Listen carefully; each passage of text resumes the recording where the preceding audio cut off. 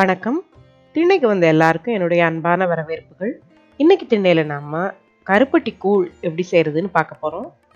நாம் இன்னைக்கு சிவப்பு அரிசி மாவில் கருப்பட்டி சேர்த்து பண்ண போகிறோம். இந்த கூழ் தென் தமிழகத்தில், அதாவது குறிப்பாக தூத்துக்குடி, திருநெல்வேலி மாவட்டங்களில் பாரம்பரியமாக அம்மனுக்கு செய்து படைக்கிற கூழ் செய்முறை. இப்போ இந்த செய்முறையை பார்க்குறதுக்கு முன்னால் சேனலுக்கு நீங்கள் புதுசாக வந்திருந்தீங்கன்னா மறக்காமல் சேனலை சப்ஸ்கிரைப் பண்ணிக்கோங்க. நம்ம சேனலில் இன்னும் பல பாரம்பரிய உணவு வகைகளோட செய்முறைகள் இருக்குது. அதோட லிங்க்கை நான் டிஸ்கிரிப்ஷனில் கொடுக்குறேன், தேவைப்படுறவங்க பார்த்துக்கோங்க. இப்போ நாம் செய்முறைக்குள்ளே போகலாம். இப்போ முதல்ல இந்த கூழ் பண்ணுறதுக்குரிய பொருட்களை நாம் தயார் பண்ணிக்கலாம். இப்போ நான் ஒரு சின்ன துண்டு சுக்கு எடுத்து வச்சுருக்கேன், கூடவே 2 ஏலக்காய். இப்போ இந்த சுக்கையும் ஏலக்காயையும் நல்லா இந்த மாதிரி தட்டி தயாராக நம்ம எடுத்து வச்சுக்கலாம்.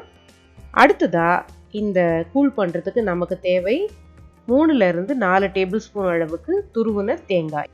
இப்போ நாம் செய்ய போகிற அளவுக்கு இந்த தேங்காய் சரியான அளவு இருக்கும். இப்போ அடுத்ததாக இந்த கூழுக்கு நம்ம கருப்பட்டி சேர்க்க போகிறோம். பொதுவாக இந்த கூழ் வெல்லம் அல்லது கருப்பட்டி சேர்த்து பண்ணுவாங்க. அதில் இந்த கருப்பட்டி சேர்த்து பண்ணும்போது அதோட வாசனை ரொம்ப பிரமாதமாக இருக்கும். இப்போ நம்ம எடுத்திருக்கிற 300 கிராம் கருப்பட்டியை 1 டம்ளர் அளவுக்கு தண்ணீர் சேர்த்து நாம் இதை கரைச்சிக்க போகிறோம். கரைச்சி வடிகட்டிக்கணும். ஏன்னா சில நேரம் அதில் தூசிகள் இருக்கும், அதனால் அதை கரைச்சி நம்ம வடிகட்டிக்கலாம். இப்போ நம்ம ஏற்கனவே தட்டி வச்சிருக்கிற சுக்கு ஏலக்காயை இந்த கருப்பட்டி கலவையில் நம்ம சேர்த்துக்கலாம். அதுவும் சேர்த்து நல்லா கொதித்த பிறகு நம்ம இதை வடிகட்டி நம்ம பயன்படுத்த போகிறோம். இந்த மாதிரி சேர்க்கும்போது அந்த சுக்கு ஏலக்காய் நமக்கு வாயில் கடிப்படாது, ஆனால் அதோட வாசனை நல்லா இருக்கும். இப்போ நம்ம அடுப்பை ஆஃப் பண்ணிடலாம்.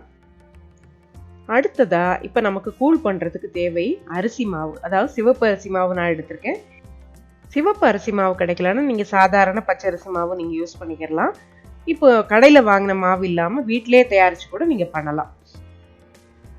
இப்போ இந்த கூழ் பண்ணுறதுக்கு நான் எடுத்திருக்கிறது 6 டேபிள் ஸ்பூன் அளவுக்கு சிவப்பு அரிசி மாவு. அந்த மாவோட நம்ம கொஞ்சம் கொஞ்சமாக தண்ணீர் சேர்த்து நம்ம கலந்துக்க போகிறோம். இந்த மாவோட நாம ஒரு சிட்டிகை அளவுக்கு மட்டும் உப்பு சேர்த்துக்கலாம்.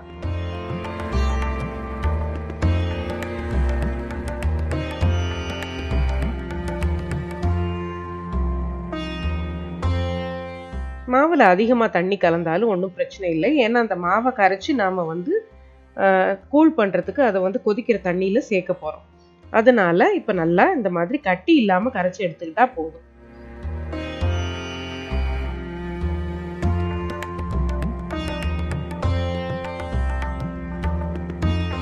இப்போ மாவு தயாராகிருச்சு.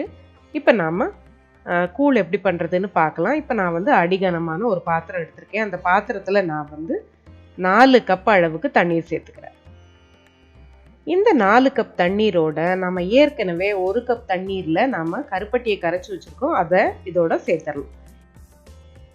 இப்போ அந்த சுக்கு ஏலக்காயில் உள்ள சக்கையும் கருப்பட்டியில் உள்ள தூசியும் நம்ம வடிகட்டி எடுத்துட்டோம். இப்போ இந்த தண்ணீரில் நாம் எடுத்து வச்சிருக்கிற தேங்காய் துருவலை சேர்த்துக்க போகிறோம். இப்போ இந்த தண்ணீரை நம்ம கொதிக்க விடலாம். தண்ணி நல்லா கொதிக்க ஆரம்பித்த பிறகு தீயை நல்லா குறைச்சிட்டு நம்ம கரைச்சி வச்சிருக்கிற அரிசி மாவு, அதாவது அரிசி மாவை தண்ணீரில் கலந்து வச்சிருக்கோம் இல்லையா, அதை இதோட கலந்துடலாம்.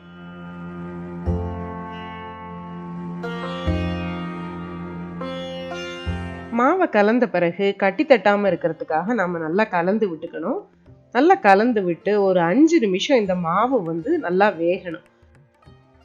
அடிக்கடி கிளறி விட்டு இந்த மாதிரி நல்லா மாவை வேக விட்டுட்டு நம்ம இந்த கூழ் லேசாக கெட்டியாக ஆரம்பிக்கிற பதத்தில் நாம் அடுப்பை ஆஃப் பண்ணிடலாம்.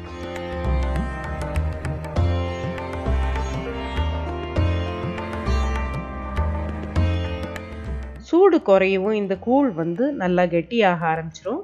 இப்போ பார்த்தீங்கன்னா ஒரு அரை மணி நேரம் கழித்து பார்த்தா நமக்கு கூழ் இந்த மாதிரி நல்ல பதத்தில் இருக்குது. கோயில்களில் டம்ளர்களில் நமக்கு கூழ் ஊற்றி கொடுப்பாங்க, அதுக்கு இந்த பதம் தான் கரெக்டாக இருக்கும். இப்போ பார்த்தீங்கன்னா அருமையாக தயாராகிருச்சு கூழ். இது கருப்பட்டி வாசனையோட நம்ம ஏலக்காய் சுக்கெல்லாம் சேர்த்துருக்கோம், ரொம்பவே வாசனையாக இருக்கும்.